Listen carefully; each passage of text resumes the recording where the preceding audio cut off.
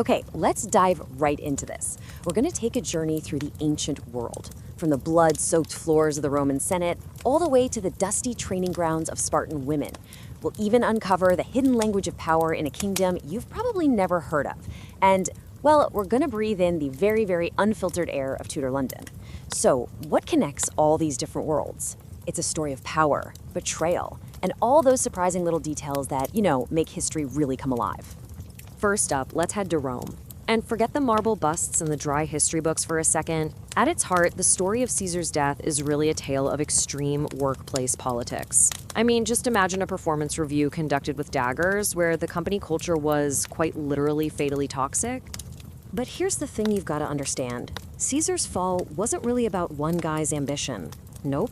It was about a system that was already on life support. The Roman Republic was basically a hollowed-out shell long before Caesar ever showed up. It was a political machine that had just failed to keep up with its own success. So on the surface, Rome was projecting this image of stability, of ancient wisdom, right? But underneath that shiny veneer, the Republic in the 1st century BCE was a total house of cards in a hurricane. You had a global empire being run with the political rulebook of a small city-state. Corruption, it wasn't just common. It was practically a career path. Bribery was just the grease that kept the wheels of power turning. And political alliances, well, they shifted more often than the Roman weather. And then, into this complete mess, steps Julius Caesar. Charismatic, brilliant, and honestly, terrifyingly competent. His rise was so fast it gave the entire Senate a collective case of whiplash. He conquers Gaul, wins a nasty civil war, and gets himself declared dictator for life. See, the problem wasn't that Caesar was trying to tear down the Republic's institutions. It was that his very presence showed just how rotten they already were. He didn't even have to push that hard. The whole thing was ready to crumble. So what was really driving the Senate's fear? It wasn't some principled defense of the Republic. No way. It was the raw, primal fear of becoming obsolete. Caesar just went around them, he got things done, and in the process, he made them all look like relics. They didn't fear him because he was a criminal. I mean, in their world, who wasn't? They feared him because his competence was like a giant mirror reflecting their own failures. And for a politician, there's nothing scarier than being made irrelevant. And so, on the Ides of March, 44 BCE, a group of senators decided to solve their Caesar problem with a whole lot of daggers. In the end, he was stabbed a total of 23 times. But get this, here's the startling detail. Of all 23 of those wounds, only one was actually fatal. I mean, that one fact paints such a vivid picture of the sheer chaos and, frankly, the incompetence of the attack. This wasn't some clean, coordinated hit.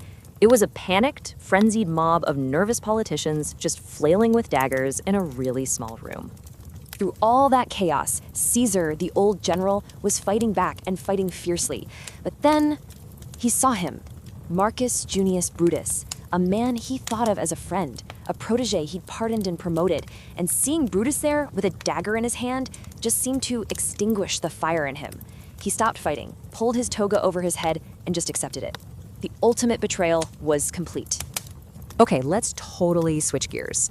While the men of Rome were busy with political backstabbing, a very different kind of citizen was being forged in the city-state of Sparta. And here, we're not talking about the men. We're going to explore the surprising and pretty unique world of Spartan women. In a world where most Greek girls were basically hidden away indoors, a Spartan girl's education was a public spectacle of strength and discipline. I mean, just picture them, running long distances under that hot sun to build up endurance, wrestling in the dust to forge dominance, hurling the javelin to command space, and moving in these synchronized groups that were as much an athletic feat as they were a dance. And the purpose for all of it? It was crystal clear: to create strong women who could bear the next generation of unstoppable Spartan warriors. This intense training created women who were famously confident, outspoken, and fiercely proud. There's this great story where an Athenian woman commented on their supposed lack of modesty, and a Spartan woman is said to have just delivered this devastatingly simple comeback. It was more than just a witty line. It was their entire worldview in a nutshell. Their strength was, in a very real way, the foundation of all of Sparta's strength. All right, so from the really well-documented worlds of Rome and Sparta, let's go off the beaten path a little bit, into a more mysterious place. We're heading to the rugged mountains of the Adriatic coast to uncover the world of the ancient Illyrian nobility and the totally unique and unspoken language of their power. So in Illyria, power wasn't written down in laws or in books. It was built on four things you could see. First, your bloodline, who your family was. Second, the massive stone hill forts that just dominated the landscape, a constant reminder of who was in charge. Third, control over the trade routes that brought precious stuff like amber into the area. And finally, the most personal and public sign of power, the wealth you literally displayed on your own body. So you couldn't just look up an Illyrian legal code to figure out who was on top. That's because power wasn't written in law. It was worn on the body. Heavy gold torques, necklaces made of rare amber from the distant Baltic, elaborate bronze helmets. These weren't just accessories. They were political statements. They were a visual language of status and influence that absolutely everyone in their society understood in a single glance. Okay, from the visual language of power in Illyria, let's jump way forward in time to a world where daily life was expressed in a different, much more visceral way. We're heading to Tudor London to experience it not through the eyes of kings and queens, but through the unfiltered senses of just the average person on the street. You know, the first thing that would have hit you walking into Tudor London wouldn't have been a sight, but a smell. Just an overwhelming, inescapable assault on your nose. Imagine this thick stew of brewing beer, the nasty smoke from tallow candles, the ever-present smell of horse manure, the sizzle of street food, the press of unwashed bodies, and that constant underlying funk of the River Thames. It was the city's one-of-a-kind and unforgettable signature scent. The rhythm of the city was also a symphony of sound. Your day wouldn't start with an alarm clock, but with the cries of street vendors hawking hot pies. The morning would then build into this crescendo of blacksmiths' hammers and the rattle of carts on cobblestone.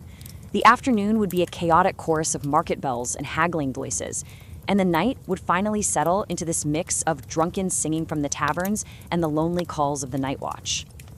So, from a dagger in Rome to a javelin in Sparta, from a golden torque in Illyria to the very smell of a London street, we can see that history isn't just a grand story of dates and famous names. It's a collection of these tangible sensory details that show us how people actually lived and fought and made sense of their worlds. And that kind of leaves us with a final question to think about.